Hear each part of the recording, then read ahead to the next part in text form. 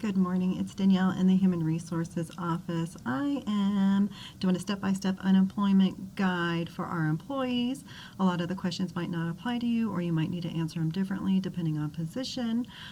This is not me telling you how to file for unemployment, but it's a guide to help assist you through the process. If you need to file for unemployment through the state of Colorado, make sure you're following the colorado.gov website and go to file a claim. You also get a notice that you need to read through for filing a claim.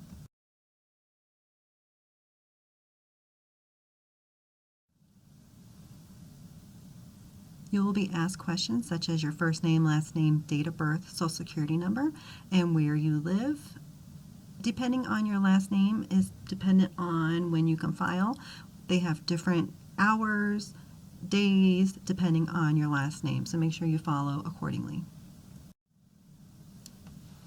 You'll be asked questions on when was the last day you worked, why you're not working, is it based on the COVID-19 pandemic, if you've ever served in the military, so answer to the best of your abilities, and how it applies to you.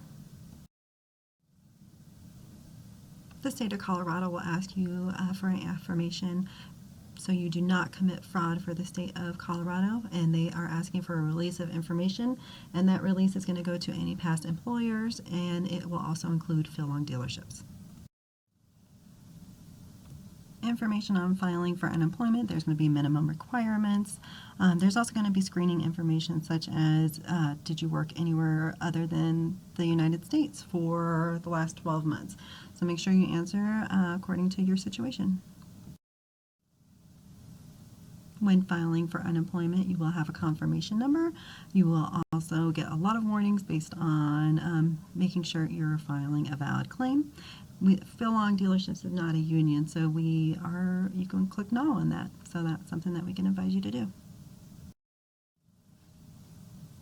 The unemployment office will ask about Colorado wages. It'll also ask on private-based period states, so if you've lived anywhere other than Colorado and earned income in other states. One of the questions is based on federal employment, so it depends on your situation and you. Also, there's going to be an option for electronic documents, or you can do it by mail. It's your choice. The state of Colorado will ask if you are living and working in the United States legally, and it'll also ask you about tax withholding. At that time, you could pick no taxes, federal taxes, state taxes, or both federal and state taxes. It's your choice. You will be asked what type of work do you do. If you do sales, you can put in sales. If you're a commissioned employee, that's usually your best bet. If you're in any kind of service or trade, you can answer that also. There's also going to be a question about the Workforce Center. If you're living in El Paso County, we do have 2 locations. They're called the Pikes Peak Workforce Center, and you'll see it on the next slide. This is information on the different workforce centers here available in El Paso County. They have the Pikes Peak Workforce Center at the Southeast Armed Services YMCA, and then we also have the location on Garden of the Gods. If you're out in Pueblo, they do have a workforce center out there. The next slide is about you choosing your PIN. They will usually send it to you in the mail. The next few slides are based on information that you provided. So we are Phil-Long dealerships, and so you are going to pick that as your employer on the list. You're also going to fill in information such as your manager and your start date. On the next slide, you will see how many hours you work a week. They're going to ask you questions on your start date, when was the last day you last worked, and then the reasons why.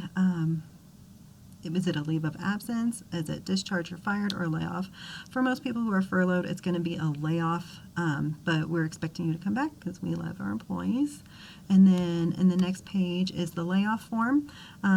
We're following it as a layoff, even though you're furloughed, because we're paying your benefits. We consider it a furlough. The unemployment office considers it a layoff, and so that's the route that we would like you to take so you can get benefits. Depending on your job and position, the reason why for your layoff could be lack of work, reduction in force, position eliminated. Most of it will be because of reduction in force, because according to the guidelines of the state of Colorado, we need to be at 50% manning, and then also because of lack of work. So it's up to you. Also, they are going to ask about other pay, such as severance, vacation, separation bonuses, and so you can answer that accordingly. The unemployment office would like to know if you have any other kind of pay, such as pension, retirement, or 401k distributions. And then they're going to go over employee review list, which is fill on dealerships, and you could put I am finished entering my Colorado employers. If you have more employers, you're going to click I need to enter more information for employers. You'll be asked to confirm your employer. You can also add other employers within a certain period of time, or you can collect my employer history is correct. You'll also be asked if you can return to work right away. You will receive a summary and review, so you can go through and check your answers.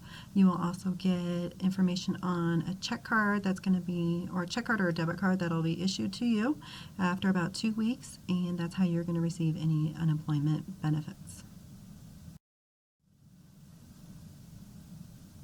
So one of the pages is certification agreement. It just means that you are able to work, you're able to start looking for a job, or are able to start working.